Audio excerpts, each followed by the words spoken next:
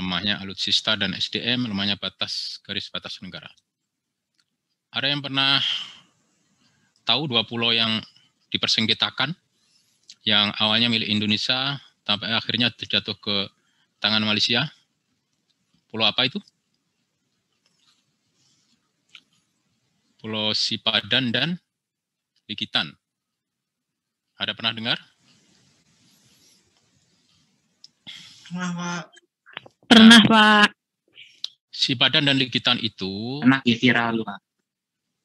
ya, menurut sejarah historis, itu masuk wilayah jajahan Belanda waktu itu. Tapi Indonesia kan mau saja dibawa ke pengadilan internasional di Belanda ya. Harapannya, wah ini kan dulu jajahan Belanda. Ya nanti Belanda memenangkan Indonesia dong. Pasti harapannya itu ya. Ternyata para hakim yang di Belanda sana menyatakan, meminta pendapat penduduk yang ada di Sipadan dan Likitan. Dulu pulau itu kosong ya. 2 pulau itu kosong di luar, pulau luar, terluar Indonesia. Ternyata ada yang menempati, yang meninggali, yang tinggal orang Malaysia. Nah, mereka ditanya, apakah kalian memilih menjadi negara Indonesia atau negara Malaysia? Tentu saja mereka memilih negara Malaysia. Karena apa? Karena memang nenek moyangnya dari Malaysia. Nah, akhirnya lepaslah Sipadan dan Likitan jadi pangkuan negara kesatuan Republik Indonesia ya. Sehingga jatuh ke tangan Malaysia. Itu kisah 2 pulau yang lepas dari Indonesia ya. Yang dibawa ke Mahkamah Internasional ternyata dimenangkan menjadi milik Malaysia. Nah, ini bisa jadi penyebabnya karena banyak korupsi ya. Sehingga nggak terurus itu pulau-pulaunya. Dicaplok negara lain ya udah hilanglah begitu ya. Kemudian menguatnya sisi kekerasan dari masyarakat. Karena korupsi itu memicu kejahatan yang lain dan memicu kekerasan dalam masyarakat.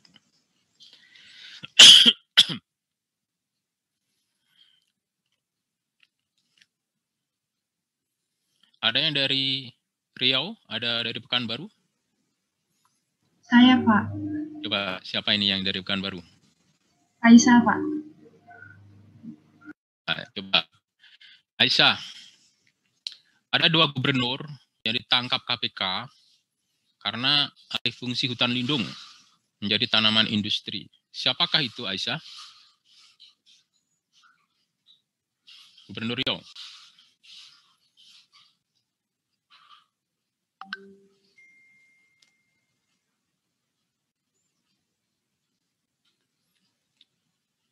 Masih ingat enggak Aisyah? Bapak Anas Makmun sebelumnya atau yang... Ya betul, Anas Makmun. Sebelumnya Anas Makmun siapa?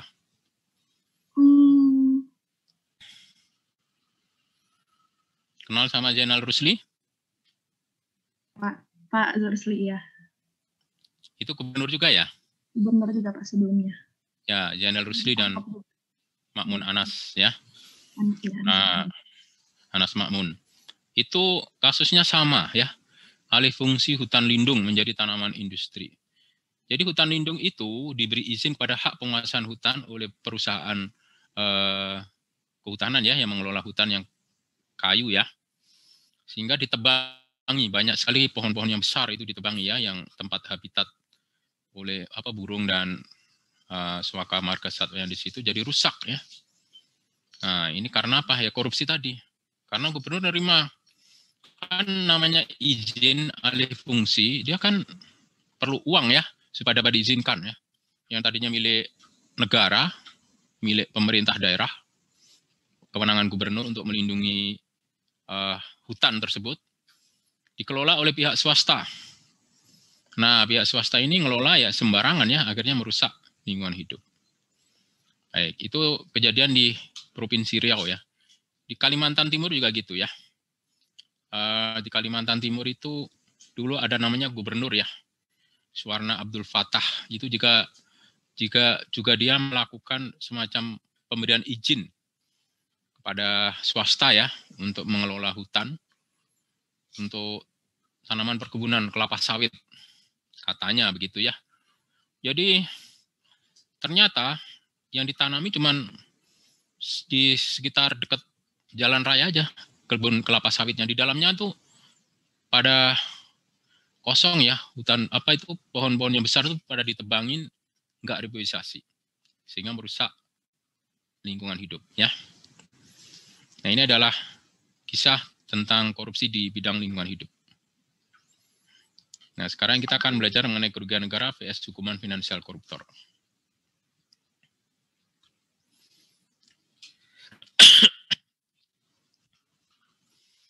Biaya sosial kejahatan dihitung dari 3 hal, yaitu biaya antisipasi kejahatan, biaya akibat kejahatan, dan biaya reaksi terhadap kejahatan. Ini menurut Brand dan Price tahun 2000. Maka nilai kerugian keuangan negara yang harus dibebankan kepada koruptor merupakan biaya sosial eksplisit. Dalam hal ini adalah biaya akibat korupsi. Biaya akibat korupsi antara lain ya.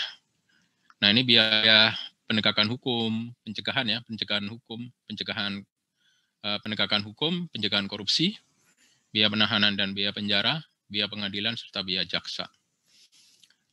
Seharusnya tuh idealnya, tapi kenyataannya tidak ya.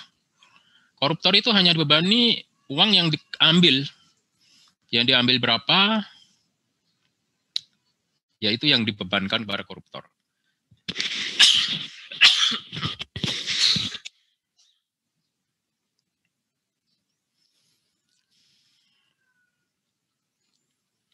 Nah, ini termasuk biaya penahanan dan biaya penjara.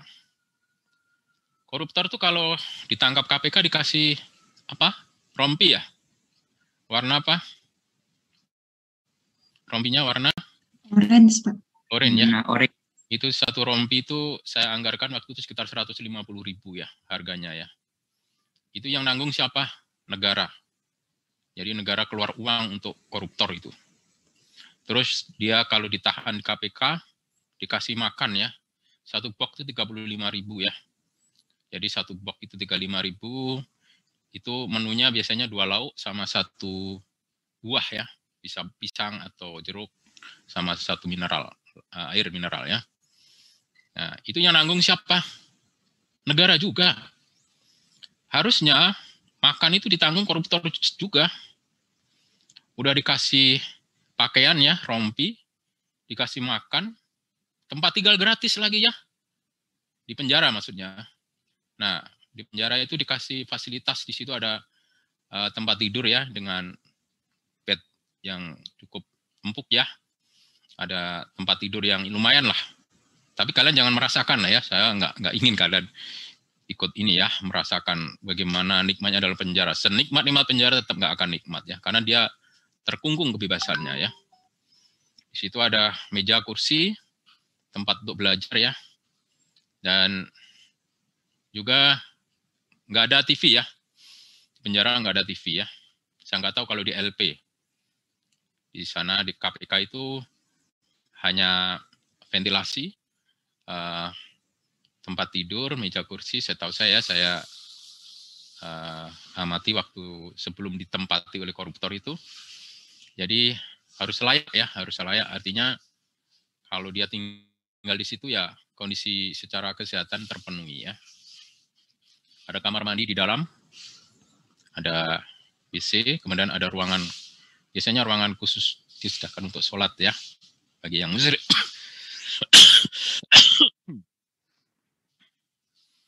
Dan biaya pengadilan serta biaya jaksa. Ini kan jaksa kan bikin tuntutan ya.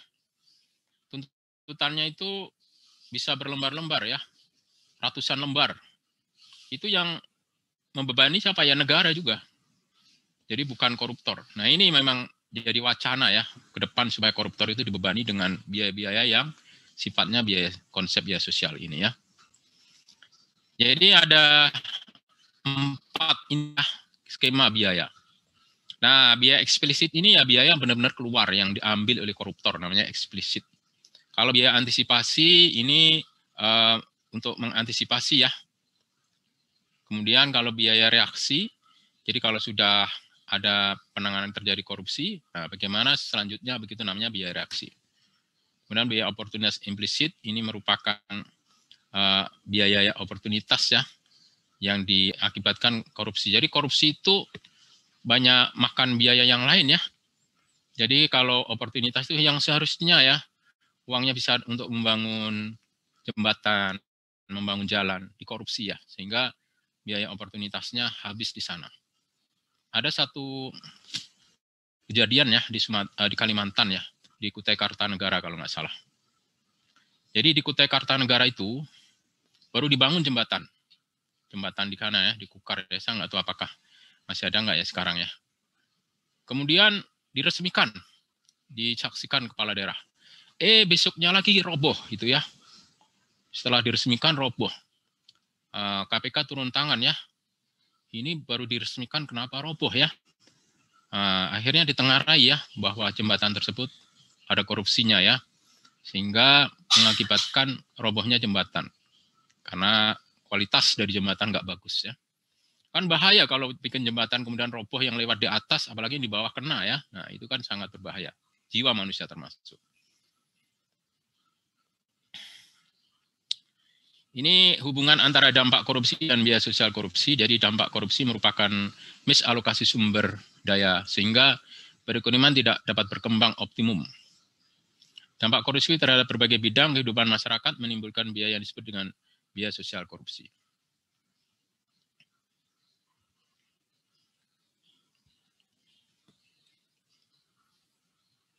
Pengembalian uang negara jauh lebih kecil dibandingkan dengan kerugian negara. Jadi selama ini ya, walaupun sudah ditetapkan jadi terpidana, harus membayar uang, hampir sebagian koruptor itu belum lunasi ya. Belum lunasi yang ditetapkan oleh hakim. Ada yang tahu putusan Setia Novanto itu berapa dia harus mengembalikan uang negara?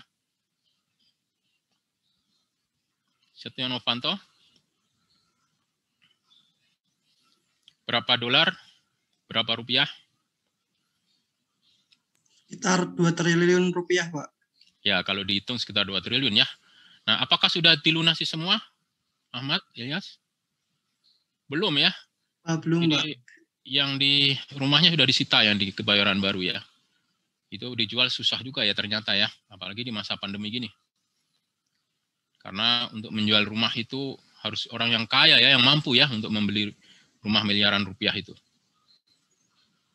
Jadi yang ditetapkan oleh hakim itu belum semuanya dieksekusi. Sehingga ya menimbulkan apa? Ya uangnya terseret ya, nggak masuk ke kas negara. Ini seandainya ya uangnya dikorupsi 168 triliun ya. Ini untuk membangun gedung bisa dibangun 195 gedung sekolah dasar. Bisa membiayai sekolah 3,36 juta orang menjadi sarjana. Memperbaiki 21.300 km jalan kabupaten. Bisa memodali UMKM ya 3,6. Bisa membangun jaringan PLN dan seterusnya. Baik, sampai di sini ada pertanyaan atau pernyataan? Silahkan kalau ada. Saya izin bertanya, Pak. Ya, silahkan. Ini Bella ya? Iya, Pak. Silakan. Ada biaya pencegahan korupsi ya, Pak ya? Oh ya. Itu contohnya itu seperti apa ya, Pak? Oke, bagus nih ya. Contohnya biaya sosialisasi, begitu ya. Biaya melakukan monitoring sistem, itu namanya pencegahan. Jadi kan KPK kan melakukan sosialisasi itu ke masyarakat. Itu kan perlu biaya itu. Dia harus datang ke daerah SPPD kan, perlu ya. Nginap di hotel, perlu. Nah, selama ini yang pencegahan itu siapa yang nanggung? Ya negara juga. Harusnya hal itu dibebankan ke koruptor ya. Biar mereka miskin beneran gitu ya. Selama ini kan mohon maaf ya, para koruptor kan belum dimiskinkan.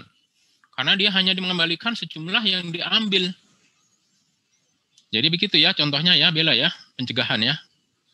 Biaya sosialisasi, biaya monitoring ya. Monitoring itu KPK kalau melakukan monitor terhadap sistem pemerintahan, nah, dia perlu biaya juga ya. datang ke pemerintah, kemudian dikaji bagaimana sistem governance-nya, bagaimana LHKPN, bagaimana terkait dengan whistleblowing sistemnya, bagaimana pengendalian gratifikasi dan sebagainya. Itu namanya pencegahan ya Bella ya.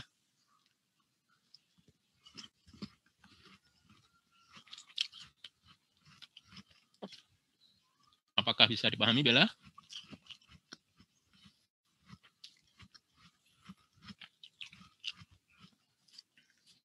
Bisa dimengerti ya Bella? Semoga bisa menjawab ya Bella ya. Halo Bella, bisa dengar suara saya? Sepertinya hilang sinyal, Pak. Hilang sinyal ya, baik. Intinya begitulah ya. Ada lagi yang lain silahkan. Izin bertanya, Pak. Oke, Muhammad Raffi ya dari Jambi nih. Iya, Pak. Ini rambut kamu kok bagus banget ya Raffi ya. Nah, nanti kalau baru ini ya, potong ya. Baru dicukur, Pak. Oke, silakan Raffi. Mungkin saya mau tanyanya lebih ke praktik KPK sih Pak di lapangan. Kan kalau yang saya dengar-dengar dan juga tadi Bapak cerita, itu kalau KPK ini bertindak ketika ada laporan atau ibaratnya seperti whistleblower Pak. Misalkan ada laporan, KPK ini baru menyelidiki. Tapi apakah KPK ini bisa sifatnya kayak lembaga eksaminatif kayak BPK Pak? Dia rutin memang memeriksa sendiri tanpa menunggu adanya laporan. Gitu Pak. Oke, bagus. Terima kasih ya. Nah, pertanyaannya bagus ya. Jadi begini, KPK juga punya kewenangan untuk memeriksa ya, melakukan penyelidikan sendiri tanpa menunggu laporan. Dan ini biasanya sulit ya, Rafi. Kenapa sulit? Karena KPK harus tergantung orang luar ya. Makanya kebanyakan kasus itu banyaknya dari laporan. Ada juga laporan dari pengaduan masyarakat, ada juga laporan dari BPK, dari BPKP, dari Inspektorat Jenderal atau aparat pengawas internal pemerintah. Dulu ada salah satu kepala kantor ya di KPP Bogor, namanya Anggrah Suryo. Itu dilaporkan oleh Dijen Pajak ke KPK. Karena Dijen Pajak nggak bisa menangkap, dia lapor ke KPK untuk menangkap pegawai yang menerima suap ya. Anggrah Suryo ini KPK. Jadi pas saat ditangkap, ya kemudian diproses ya secara hukum. Nah, sumbernya dari mana? Ya dari internal Direktorat Jenderal Pajak. Jadi memang sebagian besar itu pengaduan ya, Raffi ya. Tapi diberi kemungkinan ya, apa kewenangan ya untuk mencari sendiri. Nah, yang mencari sendiri itu kebanyakan ini ya, informasi. Seperti kasusnya yang pembelian mesin pesawat Garuda ya, Emir Shah. Emir Shah itu kan beliau Direktur Utama Garuda ya. Dia beli mesin dari Rolls-Royce, Inggris. Nah, itu awalnya KPK tuh nggak tahu kalau itu dapat gratifikasi ya, Emir Shah itu. Di Inggris itu ada transaksi pemberian kepada Emir Shah. Di sana dipersalahkan ya Rolls-Royce. Nah, karena dipersalahkan KPK ada informasi itu langsung bertindak ya. Kemudian menyelidiki dan menetapkan Emir Shah jadi tersangka. Jadi hal-hal seperti itu walaupun tidak ada dilaporkan oleh Rolls-Royce Inggris,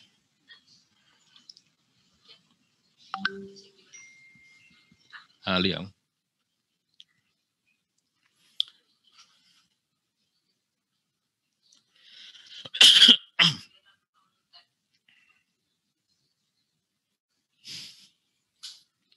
Nah, jadi sebagian besar memang dari pelaporan atau dari pengaduan ya, tapi ya sebagian lagi dari informasi yang dihimpun oleh KPK sendiri. Termasuk yang Rolls-Royce itu dihimpun dari KPK ya. KPK tahu di sana ada transaksi, kemudian KPK melakukan penyelidikan di dalam negeri ya, memanggil Emir Shah, kemudian benar dia terima uang 1 miliar kalau nggak salah ya. Nah, sehingga ditetapkan jadi tersangka ya. Jadi mesin pesawat Garuda itu ternyata kemahalan ya. Kemahalan, sehingga yang dirugikan siapa? Ya negara, kan itu perusahaan BUMN ya, Garuda itu. Milik negara. Nah akhirnya negara rugi ya, rakyat juga rugi ya. Nah harusnya harganya yang wajar saja, nggak usah mahal-mahal. Dan kalau ada diskon ya diberikan kembali kepada negara, bukan ke pribadi. Begitu ya Raffi ya. Nah semoga bisa menjawab ya Raffi ya. Terima kasih ya. Ya, terima kasih juga Pak. Baik, ada lagi yang lain? Silahkan.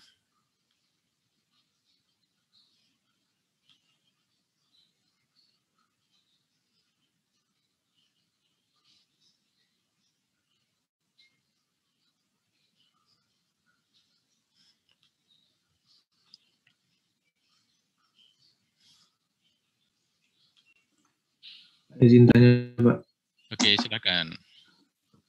ini terkait pembahasan yang sebelumnya yang bentuk korupsi itu Pak. Jadi di Pemda mungkin gitu ya Pak.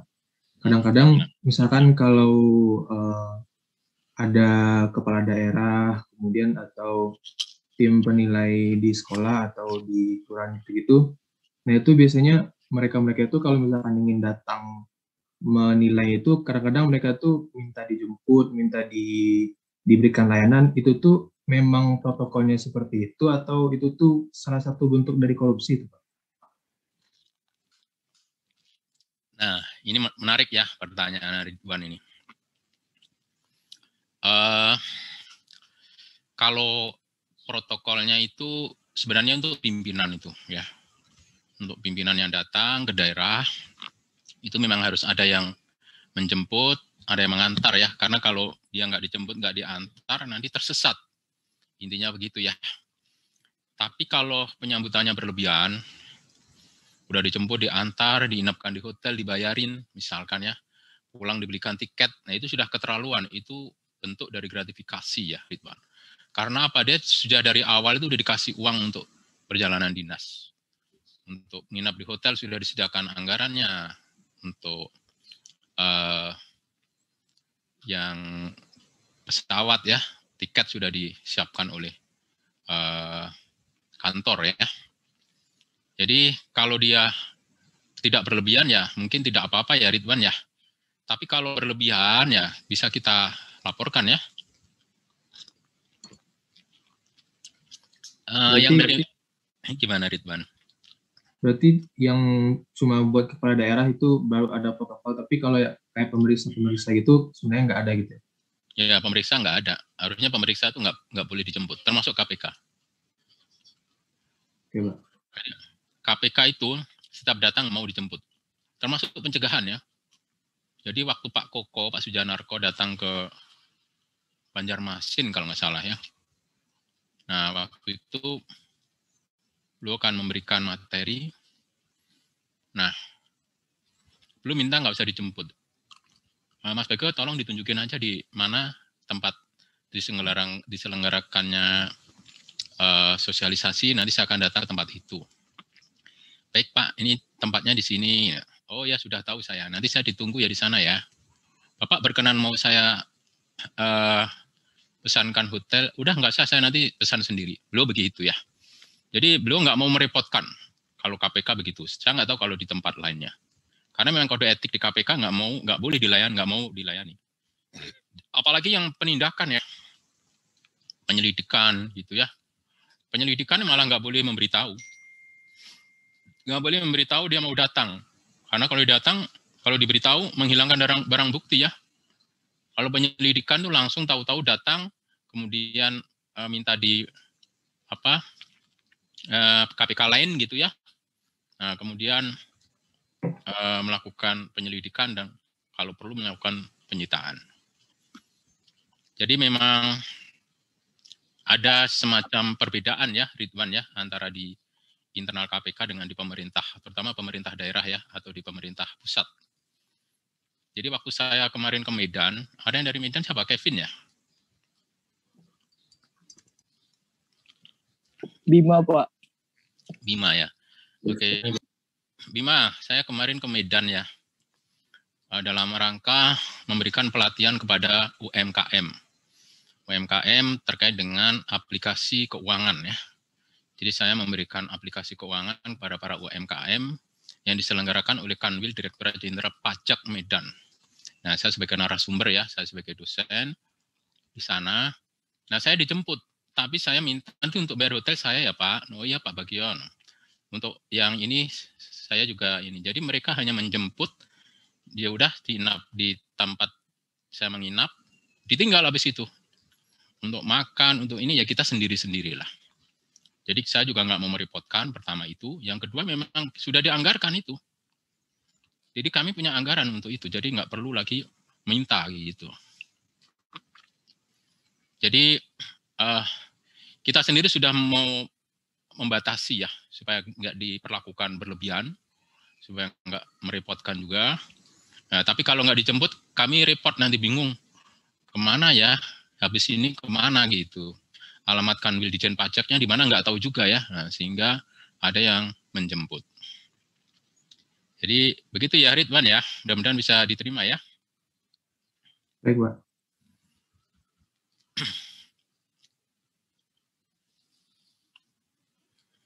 Saya ke Medan dalam rangka BKDT ya, Bima ya. Tahu nggak BKDT, Bima? Nggak tahu, Pak. Ya, Beli Kreatif Danau Toba. Dengar nggak? Pernah dengar nggak itu program dari Kementerian Pariwisata dan Kementerian Perekonomian dan Ekonomi Kreatif dan Pariwisata? Kemenpora. Nah, itu saya kebetulan dapat Pangmas ke sana ya, pengabdian masyarakat ke Medan. Ini yang menarik di sana ya. Dan ternyata pandemi itu bikin UMKM terpukul ya. Banyak yang, mohon maaf, omsetnya turun ya. Karena pandemi. Makanya kita ajarin bagaimana bikin laporan keuangan yang aplikatif, yang sistematis, dan bisa memonitor ya bagaimana kondisi kesehatan keuangan mereka.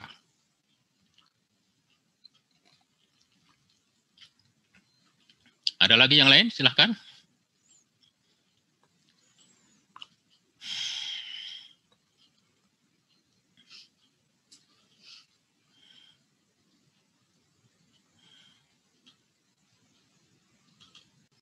Apakah bisa dilihat di layar faktor-faktor penyebab korupsi apa saja?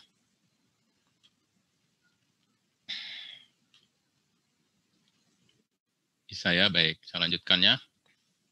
Jadi apa sih yang menyebabkan terjadinya korupsi ini banyak ya.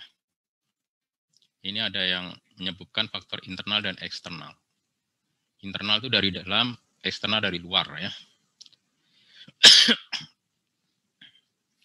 Nah, ketika perilaku materialistik dan konsumtif masyarakat serta sistem politik yang masih mendewakan materi, maka dapat memaksa terjadinya permainan uang dan korupsi. Jadi seolah-olah uang itu bisa membeli segala-galanya ya. Korupsi akan terus berlangsung selama masih terdapat kesalahan tentang mandang kekayaan. Hakikat kekayaan itu apa sih? Ada yang tahu hakikat kekayaan?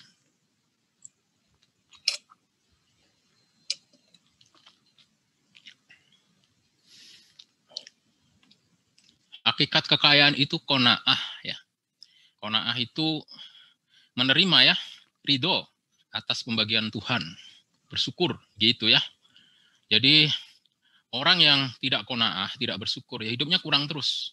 Walaupun dia kaya tapi jiwanya miskin, nah itu namanya orang yang nggak bersyukur ya, tidak kaya, tidak qanaah.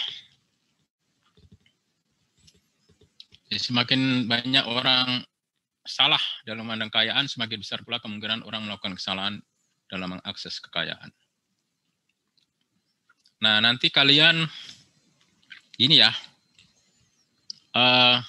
bisa jadi ya di antara kalian, wah enak nih ya ditempatkan di sana, cepat kaya, misalkan ya, mungkin ada di kantor satu sama kantor lain beda. Sementara yang kalian bekerja itu mungkin gajinya nggak sebesar mereka. Nah, sehingga memicu timbulnya korupsi ya. Mereka udah kaya, mereka ditempatkan di kantor pajak misalkan ya. Saya di kantor daerah, wah berat ya, saya boleh korupsi dong. Nah akhirnya gitu ya, bahaya kalau seperti itu ya. Ya saya berharap sih kalian nanti ditempatkan di tempat yang bagus semua ya. Tapi seandainya kalau tidak di tempat yang sesuai dengan keinginan atau harapan, jangan dimotivasi ya. Ini menurut Isa Wahyudi. Faktor internal yang memicu sifat tamak, moral yang kurang kuat,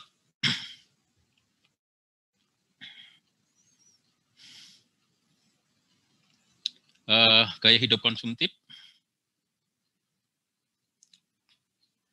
malas ya.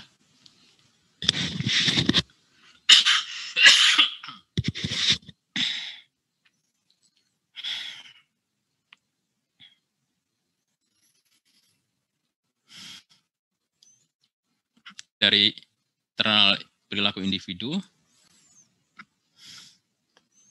kemudian eksternal dari sikap masyarakat ya. Kalau masyarakat sendiri apatis ya, tidak menyadari mereka adalah korban ya, mereka membiarkan ya korupsi itu terjadi.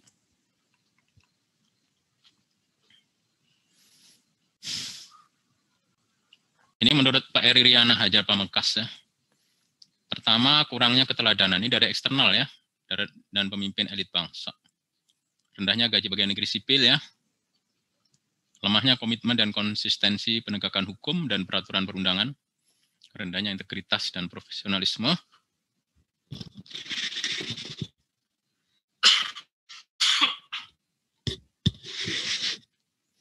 Mekanisme pengawasan internal di semua lembaga perbankan, keuangan, dan birokrasi belum mapan.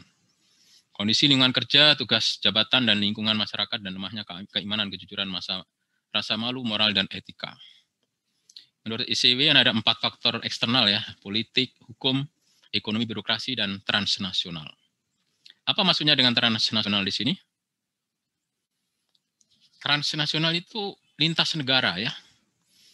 Jadi kalau koruptor lari ke negara tetangga tidak membantu menangkapnya, nah maka akan merajalela ya itu korupsi. Maka perlu ada faktor transnasional yang perlu kerjasama dalam mencegah maupun merantas korupsi. Ini politik ya, money politics. Kalian jangan sampai mau dikasih uang kemudian suruh milih ya, itu namanya money politics. Faktor hukum, lemahnya penegakan hukum, tebang pilih, tajam ke bawah, tumbul ke atas, dan seterusnya. Diskriminatif dalam penegakan hukum, dan seterusnya. Faktor ekonomi,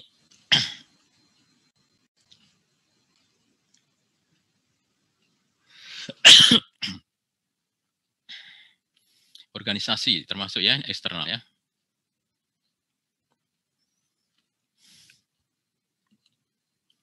Nah, ini penyebab korupsi dalam perspektif teoritis. Pertama, cultural determinism theory yang dikemukakan oleh Fiona Robertson-Snape. Fiona Robertson-Snape ini orang Inggris ya. Beliau melakukan kajian di Indonesia. Beliau tinggal di Pulau Jawa, mengamati bagaimana korupsi itu terjadi di Pulau Jawa. Menurut Fiona Robertson-Snape, korupsi terjadi karena adanya budaya ya. Budaya memberikan upeti kepada para pejabat. Kemudian sikap pakai budaya pakai tinggal ngerasa. Nah, biarinlah korupsi, yang penting bukan saya yang kena korban, yang penting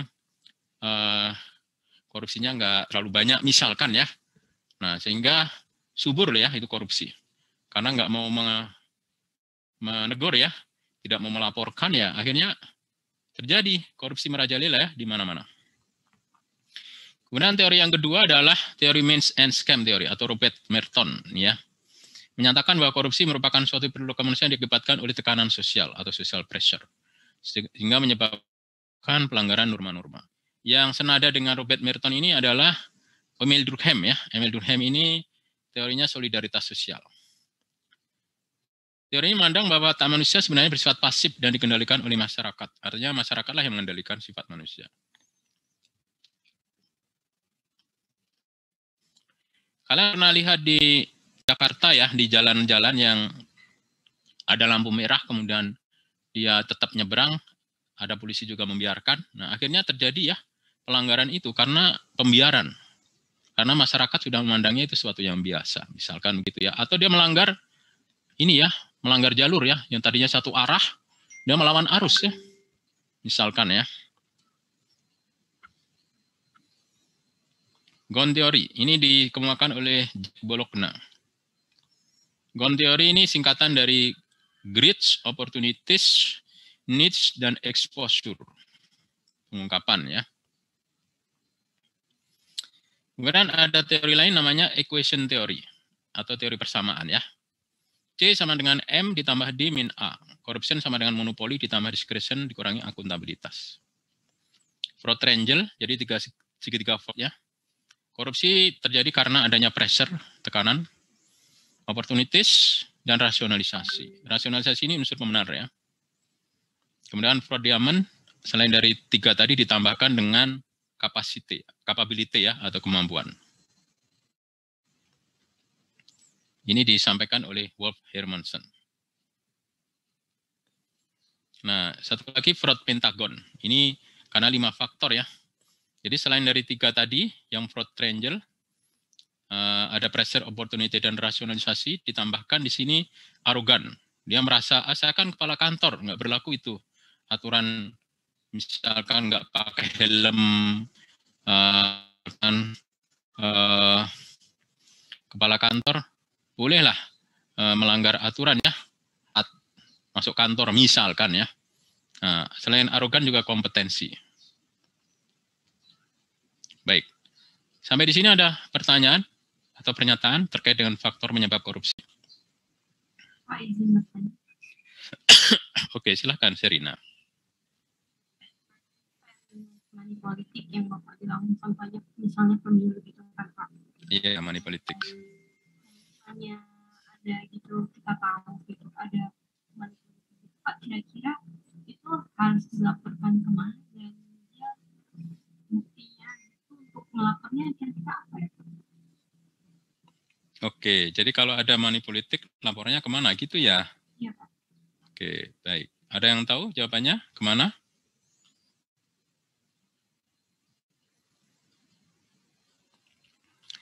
Pertama ke KPPU ya, Komisi Pengawas KPPU. Komisi Pengawas Pemilihan Umum apa namanya? Bawaslu bukan ya Pak? Bawaslu, sorry Bawaslu, Ya, Badan Bawaslu. Pengawas Badan Pengawas Pemilu. Lapornya ke sana. Kalau ada unsur korupsi, lapornya ke KPK.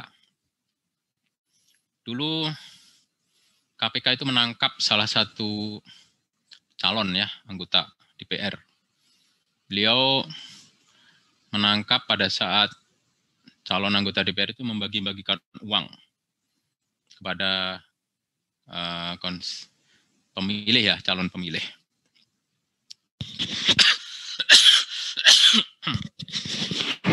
Nah, kan itu ada 2 unsur ya, Serina ya. Pertama, itu unsur politik sendiri atau demokrasi ya. Kenapa ke Bawaslu? Karena Badan Pengawas Pemilu wewenangnya Bawaslu ya. Nah, KPK juga menangkap itu berdasarkan laporan ya dari masyarakat bahwa akan ada money politics. Nah, karena KPK dilaporkan ada money politics, KPK bertindak di mana ada money politik, kemudian yang pelapor memberikan bukan identitas ya, tempat, lokasi, dan kapan. Nah, sehingga KPK sudah istilahnya bergerak ke sana pada saat terjadi mau dibagi-bagikan uang itu. Benar, ternyata banyak sekali uang yang mau dibagikan sehingga ditangkap oleh KPK. Itu namanya penyuapan. Nah, jadi kena unsurnya tindak pidana korupsi. Nah, ini memang PR ya buat kita ya. Kalau di Indonesia masih seperti itu, nanti yang terpilih itu bukan orang-orang yang baik ya. Yang terpilih itu orang-orang yang dalam tanda kutip punya uang Dan secara moral itu nggak bagus. Karena dia menggunakan uangnya untuk mempengaruhi orang lain. Dan cilakanya, masyarakat itu mau saja ya dibeli suaranya. Nah, karena mau ya akhirnya antara supply dan demand ya ketemu. Sehingga mereka merasa, wah masyarakatnya mau kok dikasih uang, berarti mereka mau dibeli suaranya untuk memilih dia. Jadi kalau calonnya nggak memberi apapun ya nggak akan terpilih, walaupun dia baik ya. Baik track record-nya ini gitu ya. Jadi adik saya itu ikut kontestan calon DPR ya, DPRD. Nah, dia memang bilang, kamu harus siap kecewa dengan tidak terpilih, karena masyarakat masih ini. Jadi pada awal-awal dia kampanye di situ, di awal-awal itu mendukung ya.